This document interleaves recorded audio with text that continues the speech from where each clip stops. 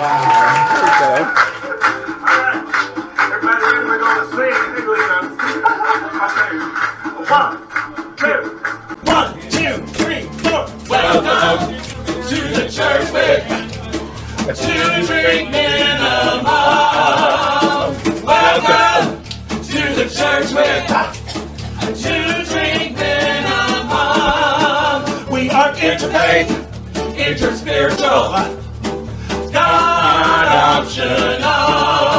So relax and get ready for a celebration. Welcome to the church with a two-drink minimum. One more time now. Welcome to the church with a two-drink minimum.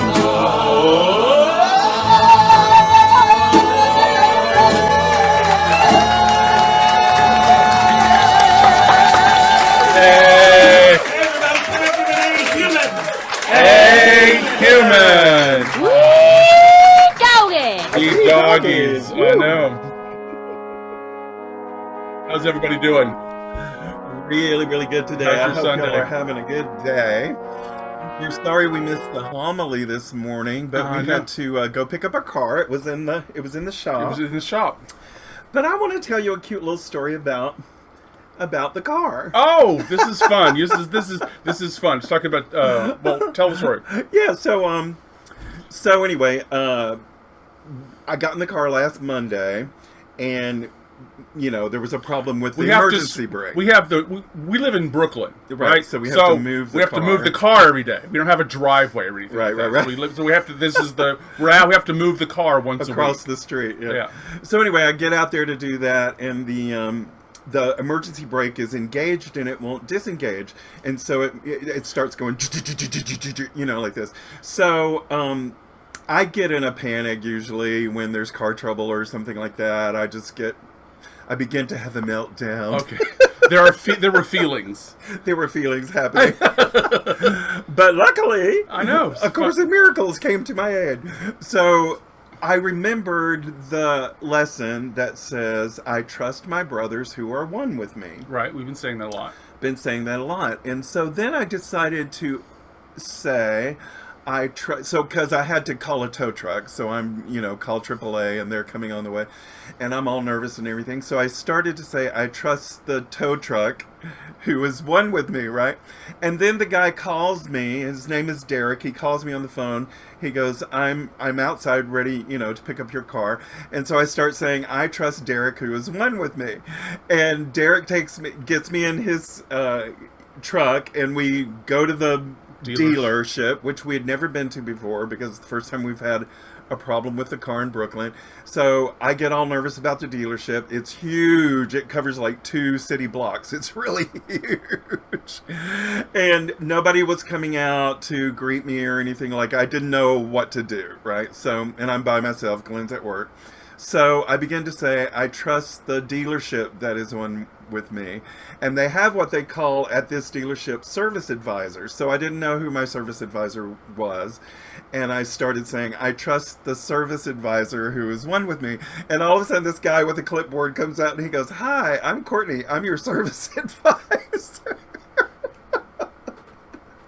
So, I felt better already, left the car. We went back to get it today, and guess what? And I kept saying all week. Now, they wouldn't let us, here's the thing is, they wouldn't let us make this appointment. Maybe this is true. Maybe this is all the time like this, and we're just finding out. But I couldn't make an appointment without giving them the VIN number. Oh, the VIN number, yeah. Off of the car. Off the car, Have you ever experienced that? That somebody requiring a VIN number to make an appointment for a car? I've never heard, so apparently it's a thing. So they said, oh, well, bring your car in. There's something that we need to, Yeah, there was a recall on a part in our car. So along with the emergency brake, there's this recall on the car. So we get there and they say, well, we're going to fix the emergency brake and the recall. The recall is no charge. Oh, VIN number is also in your car insurance card. I didn't know that. I didn't know that. Thank you. So anyway, they no charge for the recall thing. And then we go to pick up the car today, and there was no charge for the original problem. Absolutely zero. Our car broke. We had it towed for free. For free. Got it to the dealership, and the dealership said, "We want to fix this for you for free." For free. And then we're gonna update your car as well, and we're free. gonna get back, and we're gonna give it back to you better than it ever has before, but no charge. But it was all free. I know. So I know. I know. Hallelujah. So all that we spent was $30 on a car service to go out there today to pick up Because the there's car. no subways there. Right. So I'm saying hallelujah, hallelujah. So, yeah, it's we were like so worried about like, oh great, now an unexpected expense. We're going to Vermont this Friday, so it's like, oh no, an unexpected response. We have to get this car fixed. What are we going to do? And your mind starts to like spin out of control. I don't know, maybe. Yeah. Well, we were like, what are we going to do? They're going to find something, and they're going to have to do all this stuff, and it's going to be so. And it wasn't awful. Time. It wasn't.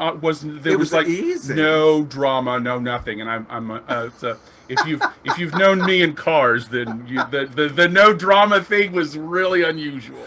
I'm so thrilled. I'm so happy. I really am, just feeling so joyous and trusting that that I'm a cooperative component. Thank you, Ms. Abraham. In the way that things, that's our favorite Abraham Hicks. Yeah. Oh, thank you. I'm glad, Sina. I'm glad that you enjoyed that. Yeah, I love it. I trust my brothers who are one with me. Right. So that led me to thinking about our sing-along. But I decided, and the message today and the message. So I decided we'd do a new sing-along, since I know it's something that everybody knows. I just know it is. So here we go, and it kind of reflects my mood today. But let me cross my legs so I can hold my ukulele. Here we go. All right. Trust my brothers who are with me, and that makes me happy. If you're happy and you know it, clap your hands. If you're happy and you know it, clap your hands. If you're happy and you know it, then your life will surely show it. If you're happy and you know it, clap your hands. If you're happy and you know it, stomp your feet. If you're happy and you know it, stomp your feet. If you're happy and you know it, then your life will surely show it. If you're happy and you know it, stomp your feet. If you're happy and you know it, say, "Hey human, hey human." If you're happy and you know it, say, "Hey human, hey human." If you're happy and you know it, then your life will surely show it. If you're happy and you know it, say, "Hey human, hey human." And if you're happy and you know it, do all three. Clap, clap, stomp, stomp. Hey, human! If you're happy and you know it, do all three. Clap, clap, stomp, stomp. Hey, human! If you're happy and you know it, then your life will surely show it. If you're happy and you know it, do all three. Clap, clap, stomp, stomp. Hey, human!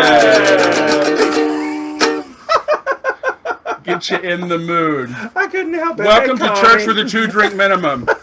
Wee! I know, it felt like a kid again, right? I know. Because you have to be a little tipsy to sing that song, I think. Well, we're not tipsy. These are tipsy. Just tea. It's just tea. I'm so happy to see all of y'all. It's just really nice to be with you here again. And it's, I'm feeling like a joyous day. Our life is good. I'm grateful to be me today. Yes. I'm grateful to have the life with Yolanda. I'm grateful to be putting myself out into the world as me, being seen and heard. It's a wonderful time to be alive. It is a wonderful time to be alive. I have so much hope for the future. A lot of times what we do, of course, we bought some land and now we're interested in growing food and things like that. But this is so inspirational to sort of we watch videos about people who restore land and grow food and all that. I make her watch people do chores on like farm chores, and they go feed the pigs and the chickens and build log cabins and things like that. I make her watch these incredible videos. Well, they're so inspiring, and They really are. So many people are actually really doing it. Oh, hey, Kathy's on the phone. Hey, Yay! Kathy. Oh, yay. So, happy Sunday to everybody that's listening on the radio and calling in on the phone. But these videos have made me so positive about the future, and that we are moving in a direction of healing, know. So this I'm consciousness really, change is happening all over the place, It and in is. many different ways. It's happening in a whole bunch of different fields. It isn't. I know, it is. right? It's in our. The way we organize ourselves for food is changing. The way we organize ourselves for work is changing. The way we organize ourselves for the gatherings and churches and all of this is really changing. Not only are we rethinking these ideas, I think that we are improving and incorporating what we've always known about the past. It's like we thought we're so modern, we're going to give up these ideas, and what we found out that modern isn't necessarily desirable. And what's modern is using the old in a new way. Well, that's cool Right. because I was always fascinated with the way my grandmother did things. Oh, yeah. I don't know if y'all remember your grandmother, your great grandmother, or whatever, but my grandma had, she had a big garden out back, and she washed all her clothes by hand, and she had one of those wringer things, like you would put the clothes through it and wring it out. Do y'all remember that? And I don't know, it was so fascinating to me, and I'm moving this direction of just recycling and reusing everything I can, and there's just all these things are on my mind right now, and She started baking bread. I started baking bread. It's just so much fun to learn, old recipes and old things that I never done before. We have a worm farm in our kitchen. We have a composting. Do you have a worm farm? farm. Do you know we have an indoor. We farm worms in our apartment in Brooklyn. So we make compost and all kinds of we stuff. make our compost for the plants that you cannot see that are covered everywhere. So with that in mind, let's read the Are you Course in ready for the Miracles lesson? Yeah, This has been really quite lovely. it's a wonderful lesson for today. and It's a review. It is a review, but I think it kind of I think it goes. goes. It with always what does. we- It always does. Goes with what we're talking about. So it's actually lesson 115, and it's a review of lesson 99 and 100. So the first part is salvation is my only function here. Well, so what are you doing today? Salvating. Salvation. Doing my part in salvation. How about you? And the prayer is, my function here is to forgive the world for all the errors I have made. For thus I am released from them with all the world. Yes, my function here is to forgive the world For all the for errors all the errors that I've made. I've made. I know. And I love Isn't that like talking about the environment, or Yeah. talking about Yeah. civil rights, or the law, or the systems that we live in.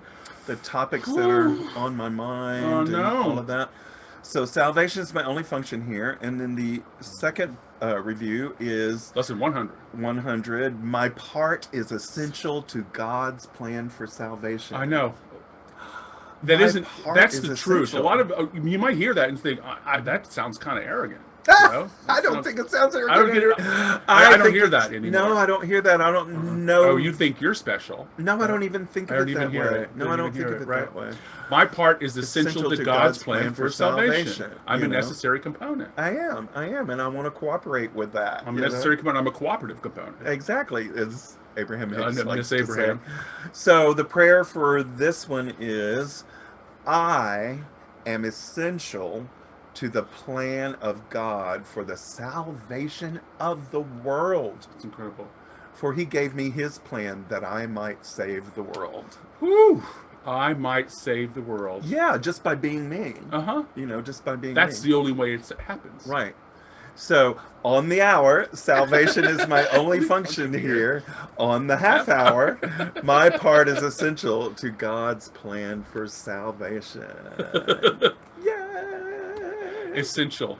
Essential. Yeah, we all play such an essential part. And You know? taking responsibility for that and the desire and making our lives about doing our function, being the thing we want to, we are led to do in the world, is the whole package, is the whole thing. Yeah. And we often get sidetracked to We do.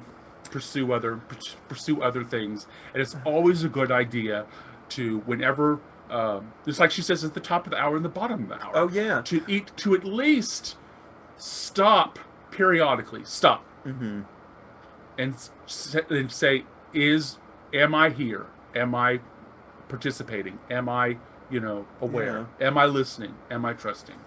Yeah, so much of what we learn now comes back to me in the situations that I'm in, like I described earlier, and I'm so grateful for these teachings, and that I have something else to do with my mind rather than spin into Ruminate. ego weirdness. Yeah.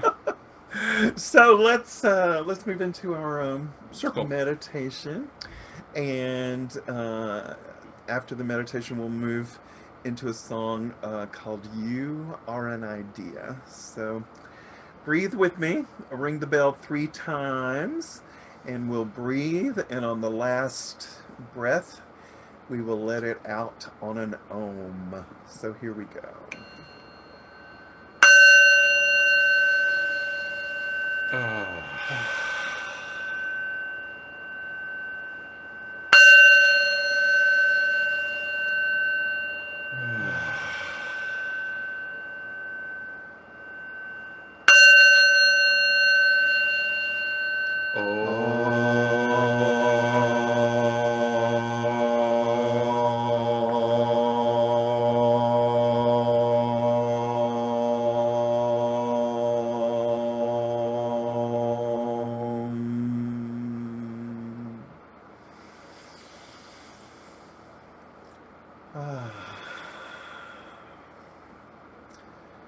This lovely day, this lovely presence, this beautiful circle of love we are co-creating right now with all of you live here in this Zoom room and on the radio, and those that are calling in.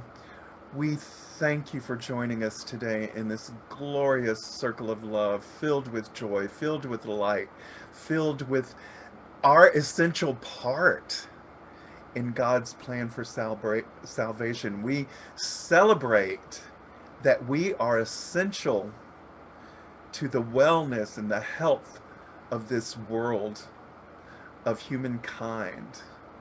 We are essential.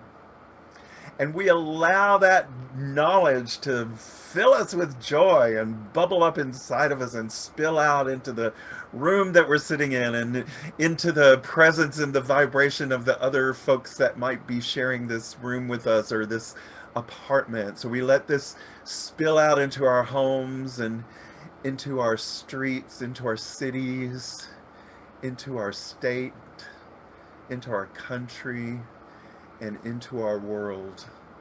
This joy, this knowledge that we are essential in God's plan for salvation. We celebrate that today. In this celebration, we acknowledge and include that we are sitting on land that once belonged to our Native American ancestors. And for us here in New York, that is the Lenape tribe. And when we're in Vermont, that is the Abenaki tribe. And we agree and we celebrate and we know that Black lives matter and Black trans lives matter. And we agree and we celebrate and we know that human consciousness is shifting and that we, again, we are essential to this consciousness change. We are essential to God's plan for salvation. And with that we say, blessed be, And so it is.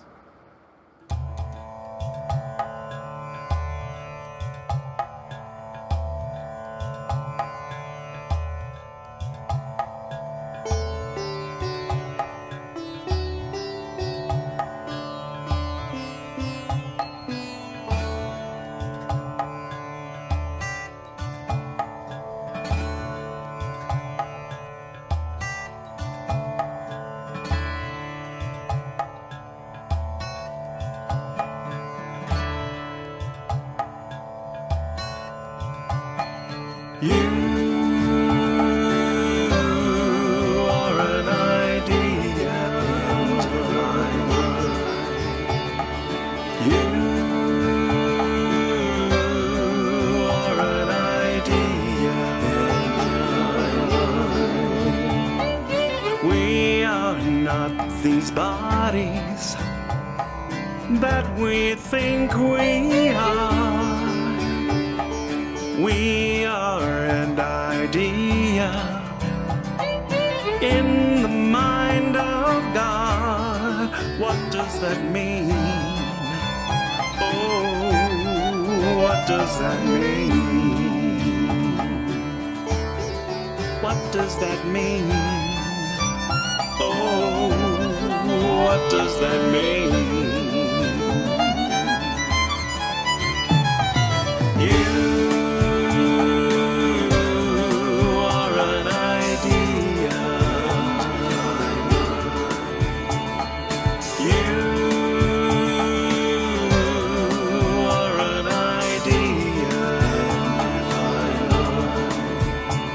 We're not our thoughts and feelings or sensations that we crave. We're not our experience, although we take them to our grave.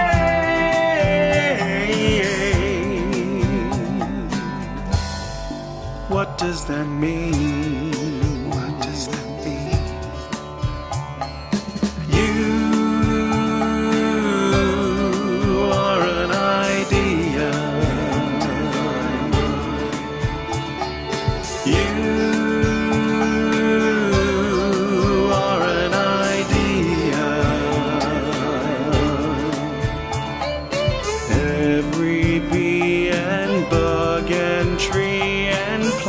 Is made of love.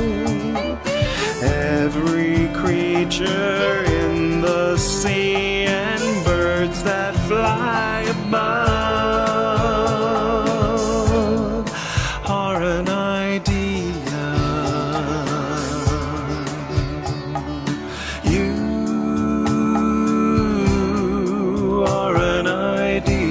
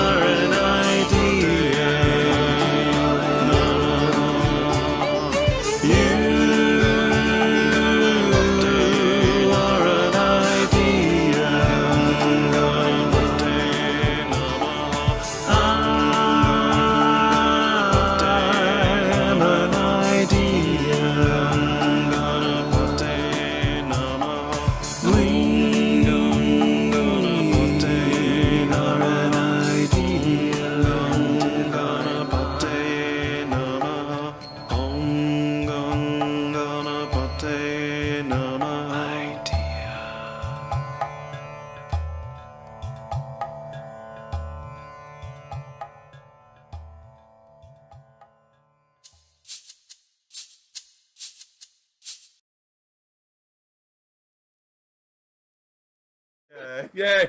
I love that we were in here singing. I know.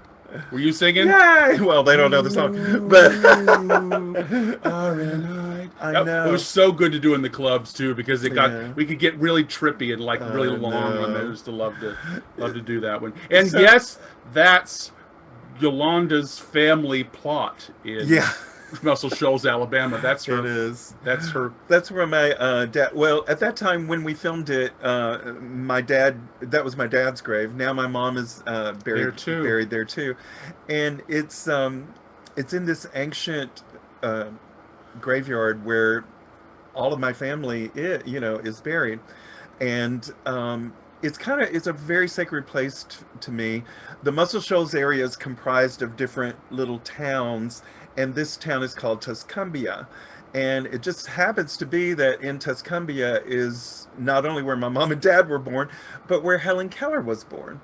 So Helen Keller is also buried in this graveyard there, and it was quite an experience to go there because this was the first time I had ever presented myself fully in Muscle Shoals the way I like to present now, and I was a little nervous.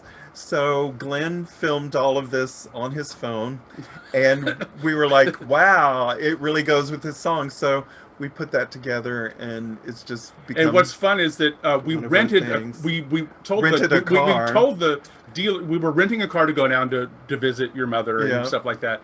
So we got upgraded to a convertible to Mustang. a white convertible Mustang, which is her Which- father's favorite car. So it just is like weird synchronicity. Synchronicity. So many Yeah. wonderful synchronicities. It just, when I think back on all of these types of synchronicities that happen, and the beautiful surprises that we receive, Yeah, beautiful surprises. How Yeah. about a life of beautiful surprises? I call them miraculous events unfolding, A series of miraculous events unfolding. And so as I think about all of that, I think about, wow, what a blessed life I have, and so I'm happy to share that blessing and to be with y'all today in this. It was the big hair day bliss. too, and she, Oh, I know, it's a big hair day. I know. Show them your outfit today. Oh, I love this dress. Also, I'll This show is it like to one you. of her favorite. This is one of our favorite dresses. So she goes, "You're wearing a blue shirt with the orange tie today." I go, "Okay," and then she, one of my favorite dresses, which actually the last song we're going to play today which is inspired from it. features me in this dress. Yeah. Anyway, so all of those things to say happy, happy, joy, joy. I know. And what's our message for today? Well, about? happy, happy, joy, joy. Happy, happy, joy, joy. That's what I think. Ren and Stimpy style, right? You remember Ren and Stimpy? Happy, Yeah. happy, happy, joy, Joy, joy. joy, I happy, love happy, that. I love that show. But this is today. I like to. So we're on chapter 11. It's called God or the Ego. Like there's a choice, right? God or the ego, Right. And we're going to look at. Like I always say, you can read the Course in Miracles in 12.8. No, wait.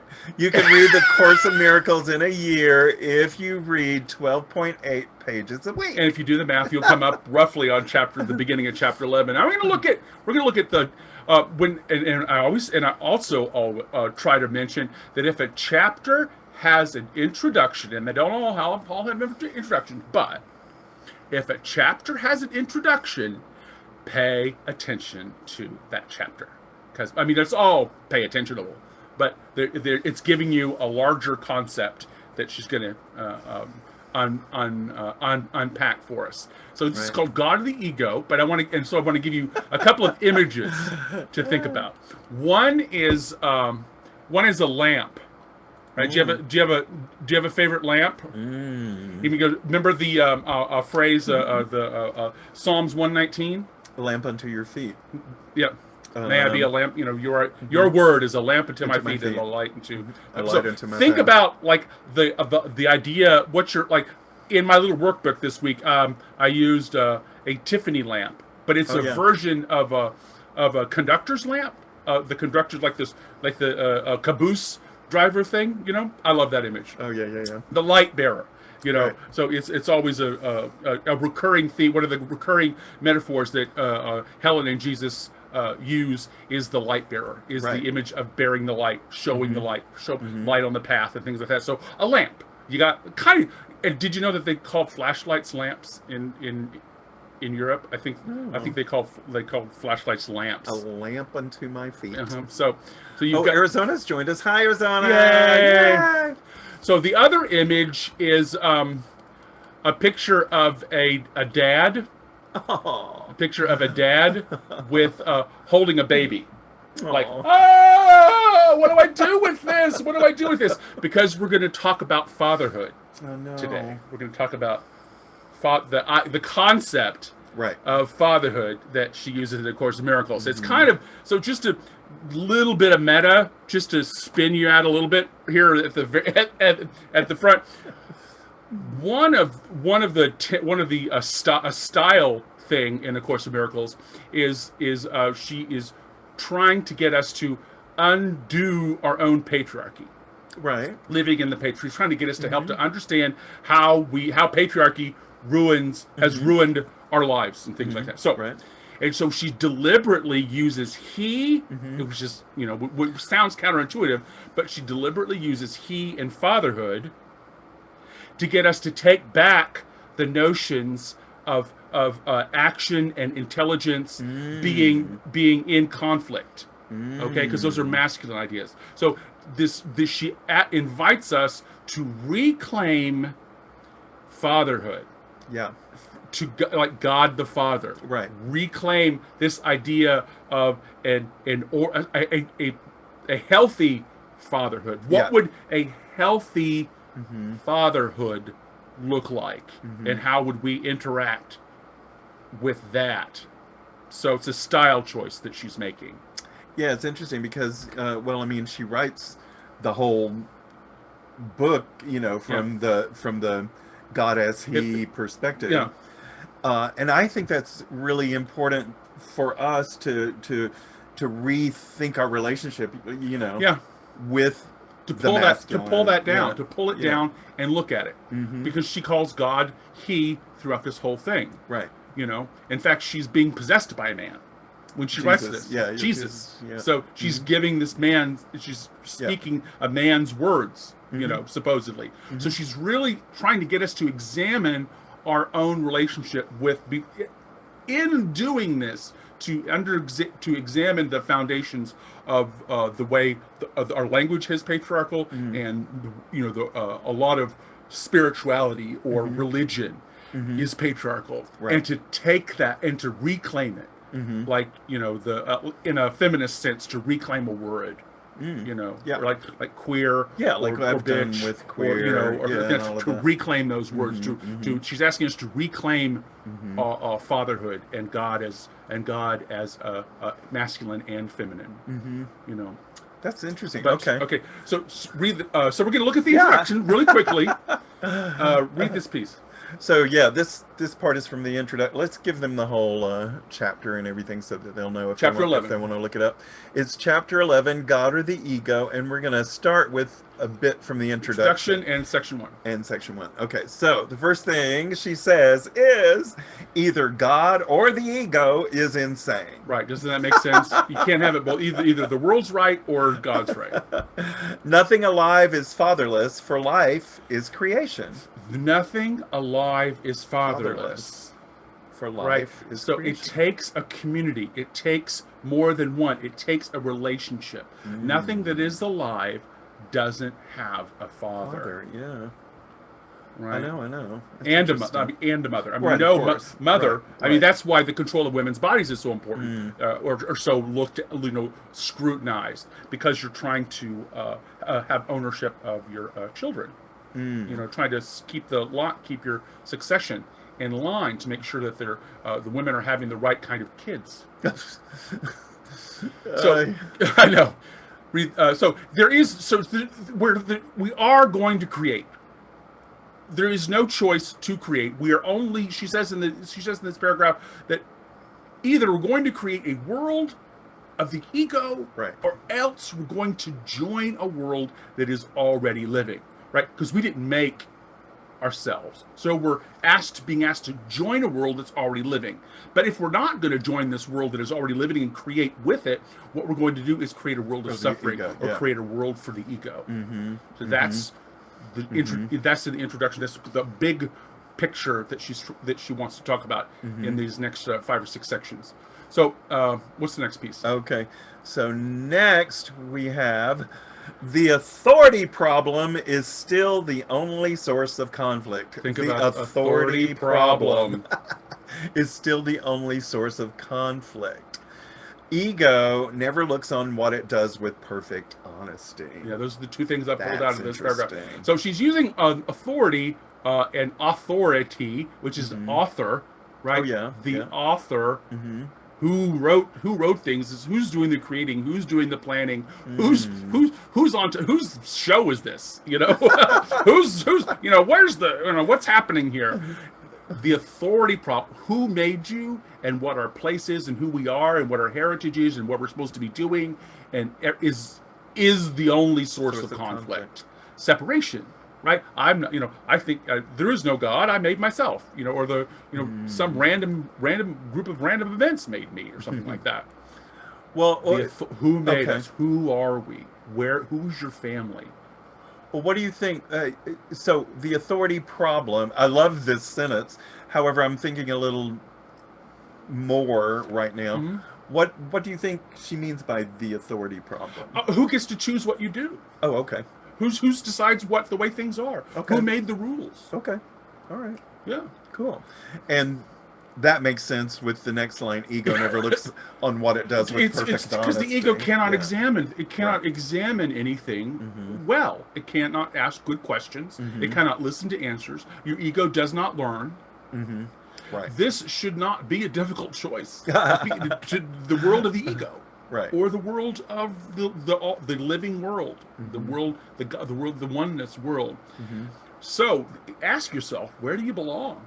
Where do you want to belong? What do you want to be true? So how do we even examine this idea of belonging? That's tied up with fatherhood, tied up with family, tied up with heritage and culture. Where do you belong? Where do we belong? And who gets to belong is huge. That's what I'm talking about. That's what she's talking about when she says the authority problem. Who's deciding who belongs? Now, in the ego's world, nothing is ever satisfying. The goal keeps moving and moving and moving. Right. And it can't examine what's happening honestly. Like, oh, this doesn't work. No, your ego's going to double down. Right. This is very interesting in the light of today's lesson. My part is essential to God's plan for salvation. This is an interesting discussion in connection with that. Well, I mean, if we do know that if the course tracks with the text, with the lesson, so it's not an accident. And even in reviews, this is the case. So let's finish up this bit of the introduction, and we're gonna move into the first section. Okay, so the next thing that we're going to talk about is this sentence. So these are concepts you need to have in the first place. One is you're a creator, and you're either going to create, you're going to participate in what is real, or you're going to try to create something by yourself for yourself, and that's from your ego. That's separate. The world of ego. Okay, that's the first concept. Second concept is here we go. You make by projection, but God creates by extension. The cornerstone of God's creation is you, for his thought system is light. My part is essential in God's plan for salvation. Okay, we make by projection. Like, I make you angry. The ego I make self. I'm making, or whatever. It's untrue. Yeah. You make by projection. Right. So when we say, like, you make me happy, or you make me angry, or this makes me feel this way, or whatever. It's projection. It's projection. Yeah. I just want to make that clear. And really God creates by extension. Right. Sharing. expanding, give all, to all. That's the and extension. and so the cornerstone. This is the cornerstone is a building term. Right. The cornerstone, the thing that happens first is you dig a dig hole. You dig a big hole. That's the first thing you do. The next thing you do is put in the foundation. Right. For a building, whatever you're constructing. The first part of that foundation is the cornerstone. Used to be. So after once the disturbance has happened, we're the first that we are everything is built on that. Everything is built on us. Wow. Everything stands on, and we're seeing it right now. Right now, we're destroying the world. So. But This idea, we're also rebuilding it too. Yeah, which is why I'm like, we're also it's not just this, it's both. Also both. So understand the second concept here is projection versus extension. Projection she says is moving into the dark, and extension is moving into the light. Right? So you ask yourself, what do you want? You want to hold this question to the light. Like you want to hold, what am I supposed to do? What is mine to do? What do I want? What do I want to have? What do I want to experience? And really examine that question for yourself, because you might come up with a different version than the culture does. Yeah. Right? Listening to Jesus, Ellen, right? Yes. So, she implies in this section about positive and negative freedoms. Okay, you know what positive and negative freedoms are? The freedom to do something and the freedom from something. Yeah. Okay. Right. So a negative freedom would be the freedom from something. Hunger. A positive freedom would be a freedom to pursue whatever you want to do in your life with yourself or whatever. Speech or whatever.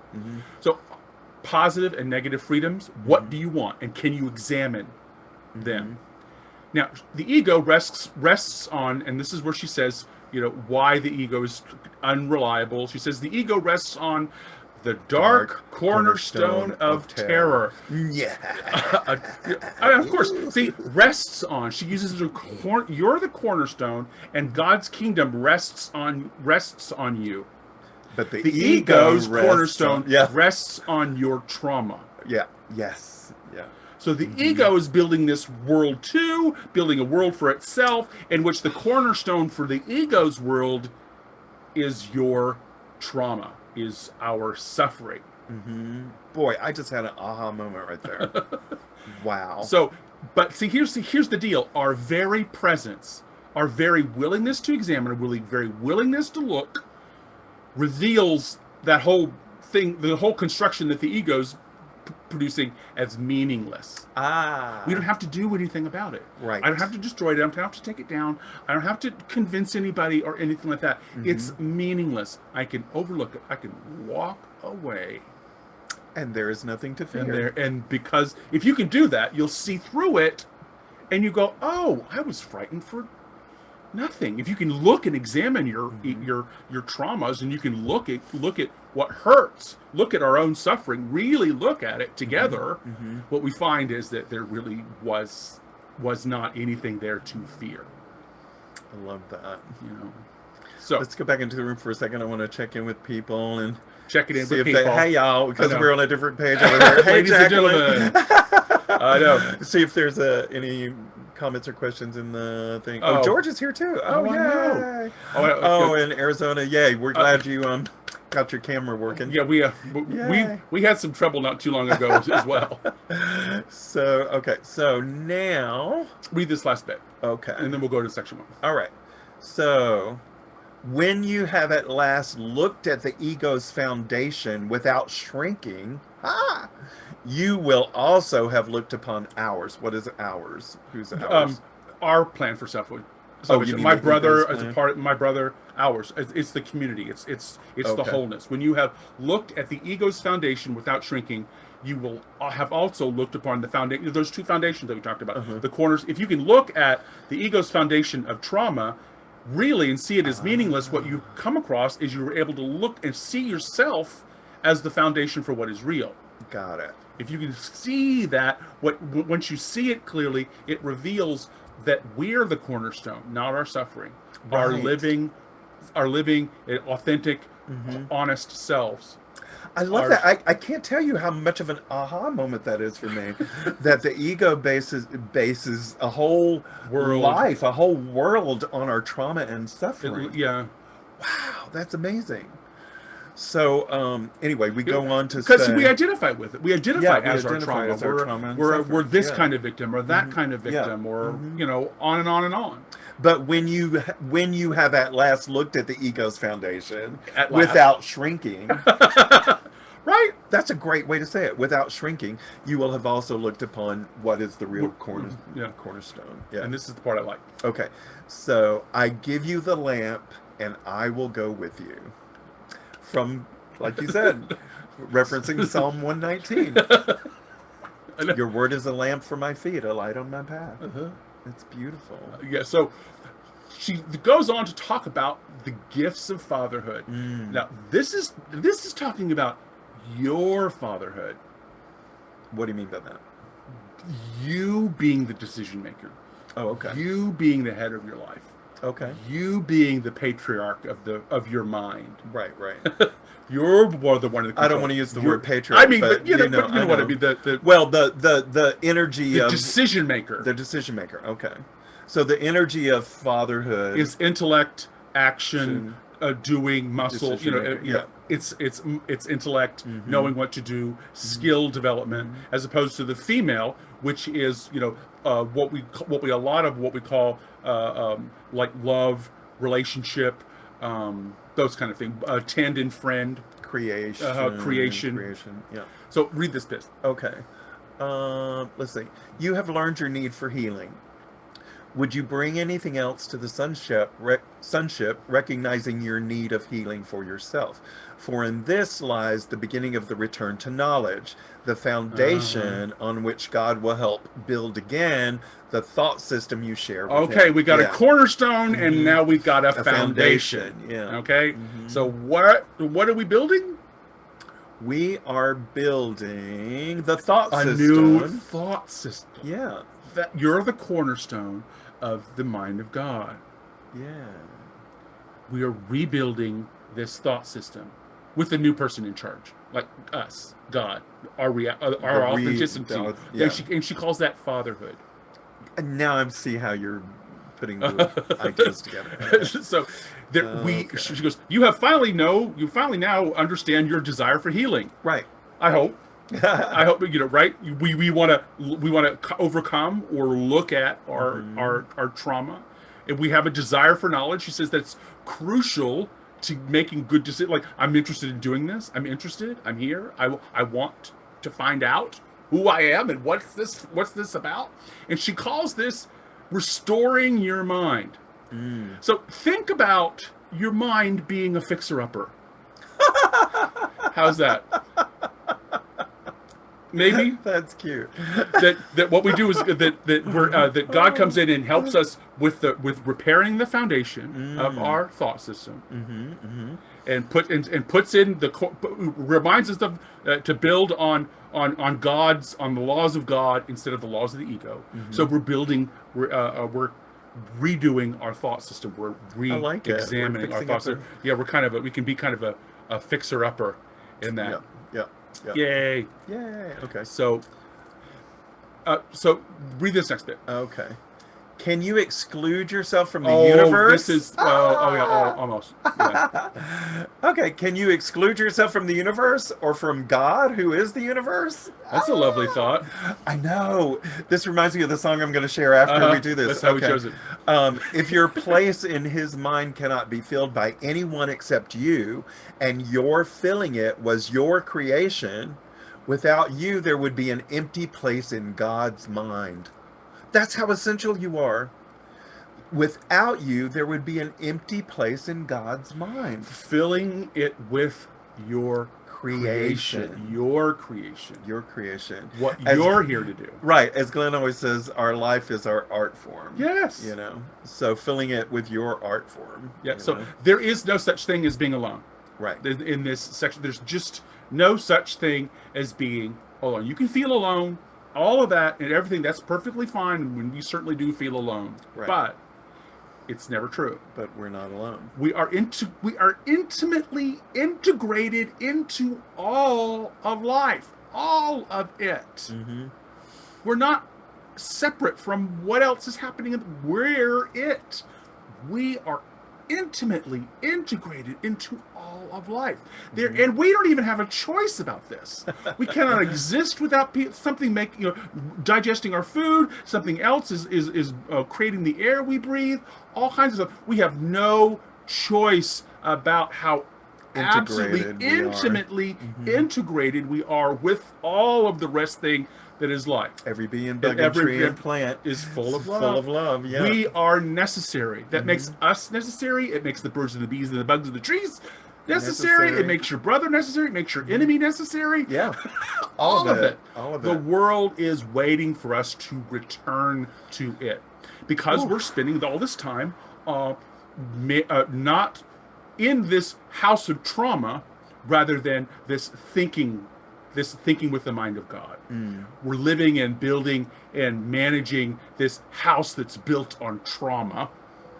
Right. Instead of looking at this, examining this, bringing this into community, holding these, what do we want, into the light, is saying, and then the world is able to become visible and useful for us. Then she goes on what I call a torrent of appreciation. Yeah, rampage. A rampage of appreciation. So just if you ever have a shot, if you ever have some time on your hands, there's like 4 paragraphs here where she pretty much tells you you're everything in a bag of chips. In this section. Infinity is meaningless without you. We are the universe. All kinds of things like this. Your love is as boundless as his, because it is his. God is your heritage. See, there's that fatherhood thing, that fatherhood thing that goes, you're the child of God, and there are benefits to that. I mean, everybody else is too. Right. But so this torrent of appreciation. So I asked this in class, and I got a good response. Why do relationships fail? Oh. Because we think so little of ourselves. Oh, right. That's how you talked about that. Relationships fail because we think so little of ourselves. Because we think we're bad people. Yeah. The I am bad belief, as we say around here. Right. So this section, chapter 11, is all about relationships. It's all about getting along with your mighty companions. It's all about group it's all about group dynamics and not group dynamics. It's all about building not intimate relationships, but how do you work with other people? Right. How do you work in a community? How do you work in a project? Because you're going to be on this journey with a whole bunch of people, and you're not alone, right? Right. So we are asking, as a group, we ask, what do we want? And then we build that together. Again, it's this idea of holding what we want to the light. Saying, as a community, as a space, is this what we want? Are we building what we want? Are we just too afraid to build or create what we want because we don't want to heal what makes us make mistakes, this contributes to our suffering? So we have a Holy Spirit, we have a guide, we have this relationship with God, apparently. So the method is always asking, what's God's will? What's God's will? What's God's will? But here she says, the method you'll find out is the answer will be your will. Right. What is God's will? And she'll say, what is my will? Your will. What is my will? What is my will? That's where we are. We get to that place. What is my will? By asking, what is God's will? Those two things start to come together for us in this relationship. And we're not in a push-pull relationship. We're actually in a dance. Yeah. Right? You're right. Let us dance into the oneness together. So read this next piece. God then may seem to demand of you what you do not want to give. Your will is his life, which he has given to you. Even in time, you cannot live apart from him. Right. So, oh my God. Okay, this is the ego's trick. God's will is to change you. God's will is that you need to be somebody different than you are. Oh, the ego thing. The ego. That's the ego's trick. Yeah. That, and that God demands sacrifice. Right. I joke about this, but, I didn't want to answer the call of being any kind of a teacher because I saw so many hypocrites growing up as a kid, So we can, and she says in this section, we can spend as much time as we want in this part, yeah. learning with our friends and into what God's will is for us, how to ask the questions, how to be in community, those kind of things. So read this next piece, and we are done. Okay. You cannot be happy unless you do what you will. Truly. That speaks to authenticity. And you cannot change this because it is immutable. Too bad. I'm going to read that again. You cannot be happy unless you do what you will. Truly. Your true will, which is in alignment with God's will, not the ego's will. And you can, and she says, examine even that. Examine it. Yeah, even the ego will lead you to it. Because it's immutable. Because it's immutable. Every symptom of sickness and fear arises here in this belief system, because this is the belief that makes you want not to know.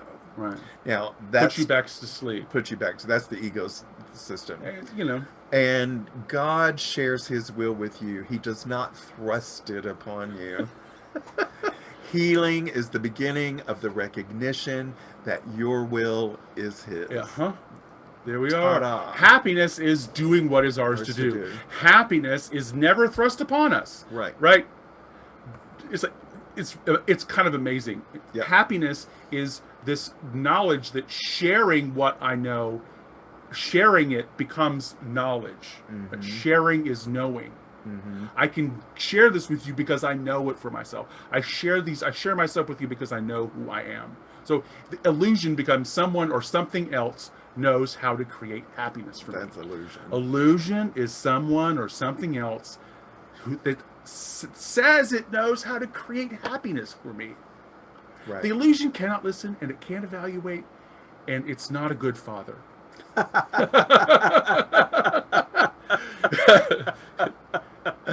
the guide, the father, and us, what we want to do, guiding our own self, taking on that role for our own lives, that fatherhood, take it back from the patriarchy. So with that in mind, here's your reminder that you are at church with a 2-drink minimum, and I'm Glen Ganaway, your favorite anarchist preacher. Yes, you are. And I'm Reverend Yolanda, and I want to play a song for you that I think fits with this whole thing. So we're going to, I've been riffing today on hashtag I am blessed. So I have a song for that called I Am Blessed. And we recorded this when we were doing Church with a 2-Drink Minimum in the Sidewalk Cafe. So and you'll recognize the dress. Yeah. And we're going to sing a little song about how blessed we all are. Oh, it's breezy. Oh, yes, it's a breezy song. Okay, here we go. Let's keep it breezy.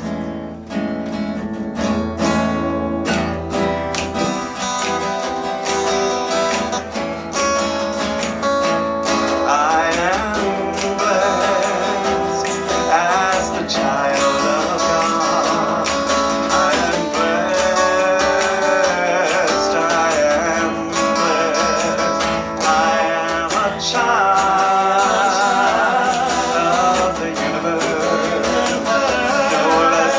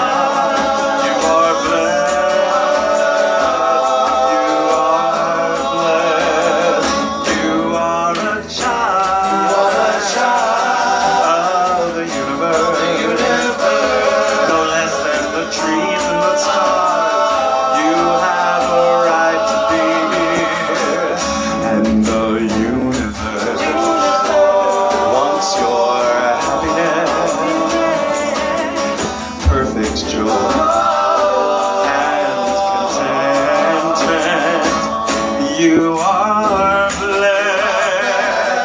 You are blessed. You are blessed. You are blessed. You are blessed. We are blessed. We are blessed. We are blessed. We are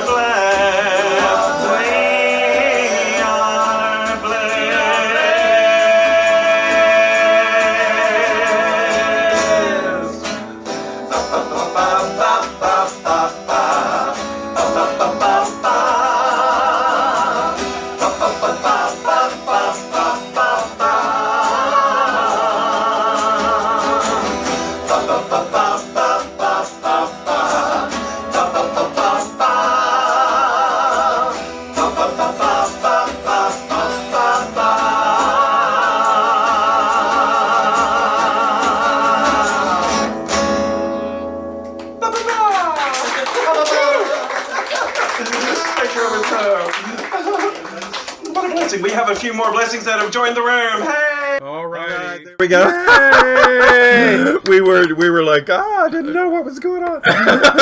So anyway, thanks everybody for joining us. And we are here for Jacqueline, Reverend Jacqueline, and Something Genuine. We'll see you next week for See you in Church just a with a minute. Drink Minimum. Bye.